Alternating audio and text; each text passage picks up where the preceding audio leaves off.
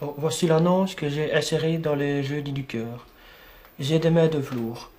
Premier pâtissier, bientôt patron, on dit que j'ai des mains de velours.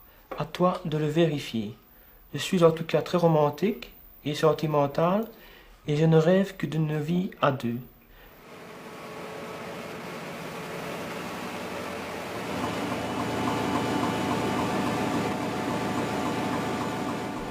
Ah vous les femmes, ah vous les femmes, comment faire pour vous connaître? J'ai raté 3 fois ma vie.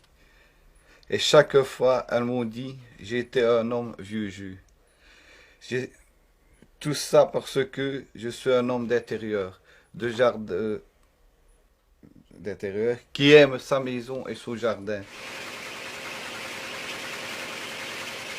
Beaucoup de personnes m'ont dit, écoute, tu vis avec tes parents, écoute, ils ne sont pas éternels non plus, essaye un peu. Il faudrait que tu essayes de trouver quelqu'un parce que c'est quand même pas marrant d'être toute seule. C'est vrai, je le sens bien. Je suis prêt à répondre à toutes les femmes qui me conviennent. 1,65 m minimum, 30 à 40 ans, mince, fidèle, aimant être cajolie. Je suis d'un naturel simple, courageux et je n'ai jamais connu le chômage.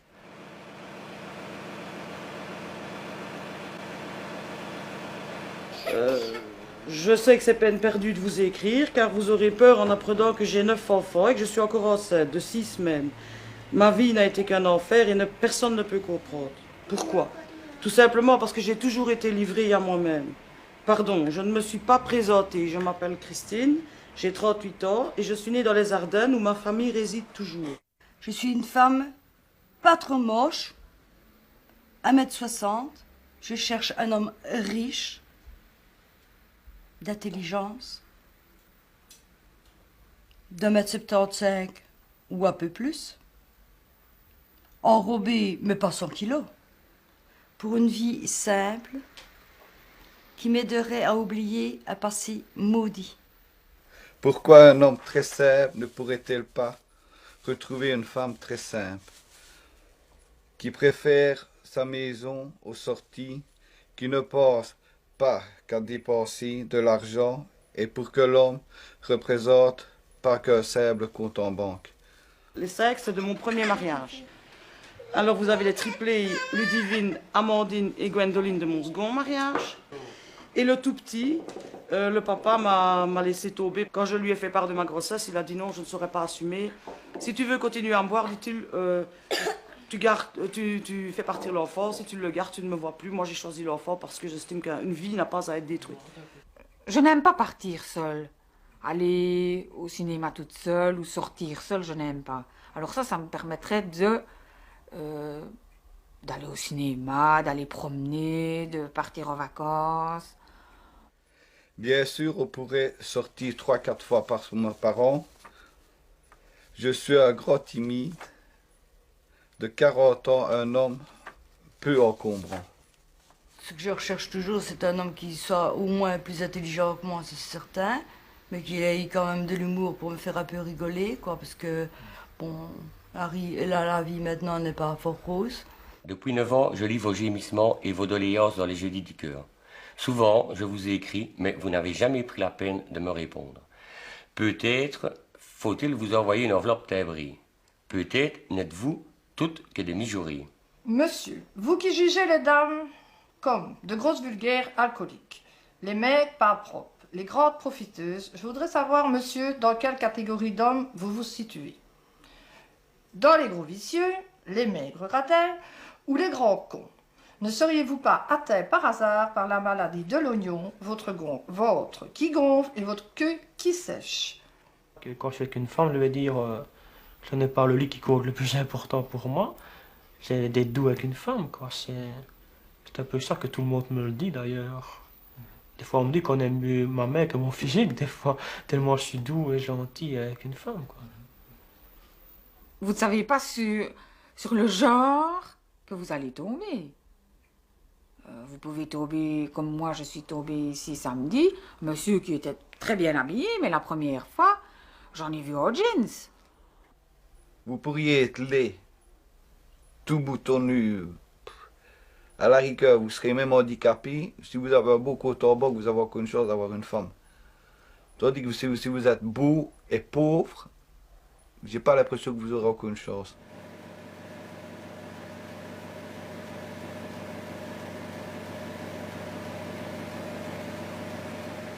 Un homme qui boit, ça je n'aime pas. Qui fume à la rigueur, mais un homme qui boit, non, ça... La fille que j'ai eue qui était elle droguée, ça m'a fait absolument pas peur, épileptique non plus.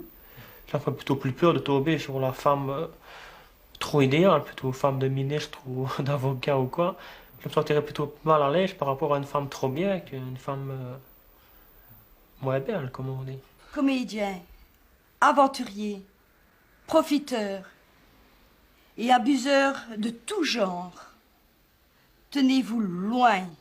On me dit, oui, peut-être pour ça qu'on me dit que je suis vieux jus. J'adore l'accordéon, les morceaux de 1950, 60. Les personnes de plus de 60 ans, bon, moi ça ne m'intéressait pas.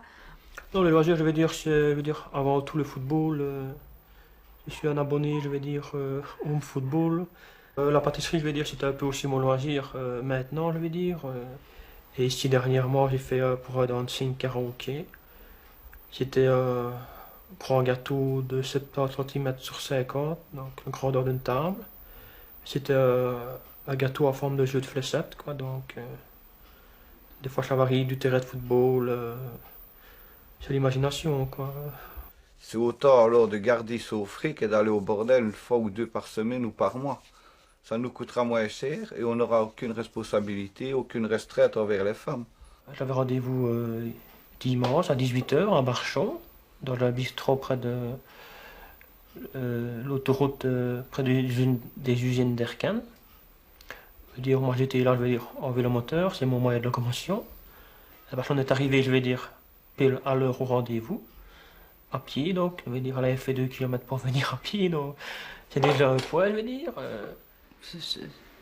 C'est banal pour moi. Il n'y a rien de... Moi, c'est pas parce qu'ils vont m'inviter au restaurant ou que sais-je, moi, que ça va faire tilt chez moi. Hein. Je ne tombe pas dans les bras d'un homme comme ça n'importe comment. Hein. Ben, je dois la revoir vendredi, quoi, au Quick Alliés, quoi. C'est pas l'endroit idéal peut-être, mais... Je travaille de 7h30 du matin, je rentre à 8h, 8h30 au soir. Si je devrais encore aller chercher ou faire passer peut-être des annonces, peut-être bien, ça reviendra peut-être. Et encore aller courtiser après, comme on dit. Où est-ce qui sera mon sommeil là-dedans?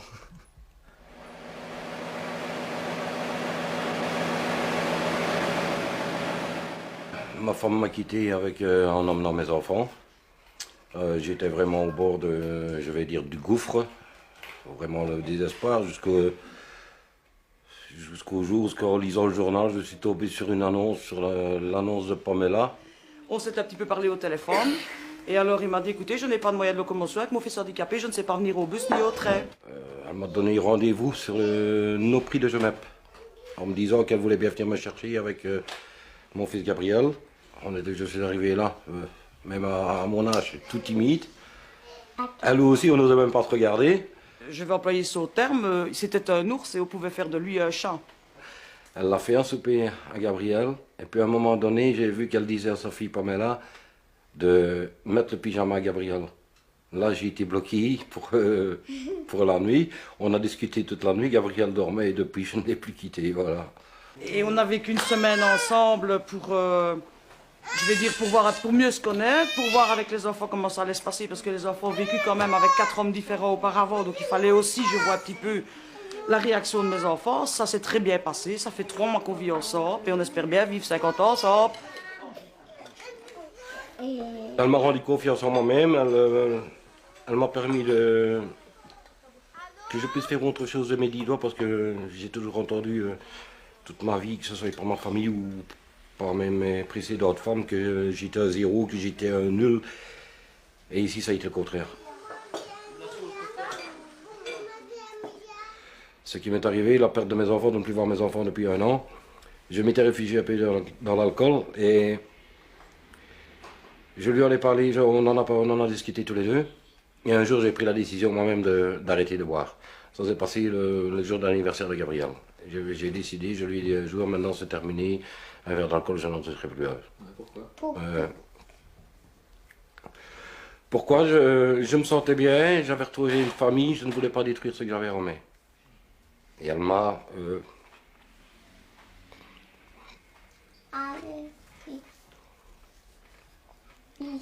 Elle m'a sorti de mon désespoir. Elle m'a accueilli les bras ouverts. Elle ne m'a jamais fait de reproches.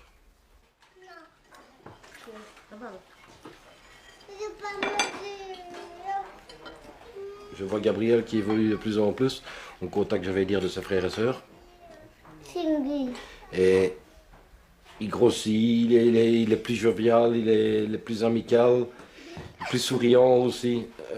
Il a trouvé une vraie famille, c'était l'idéal pour lui. L'enfant que je porte, si je n'avais pas rencontré Henri, ou une autre personne, mais bon, c'est Henri qui a été élu, je vais parler comme ça, l'enfant que je porte ne serait pas là maintenant. J'avais décidé avec les grands de le faire partir parce que assumer une grossesse et une naissance supplémentaire seul n'était pas possible pour moi.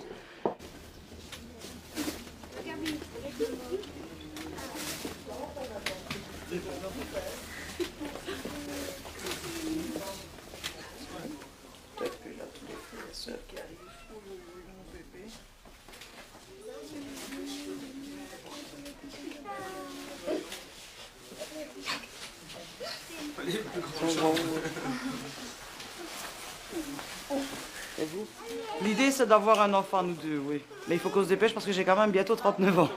Moi je suis d'accord. Il y a même, on en a discuté aussi, il y a peut-être un projet de mariage en vue aussi.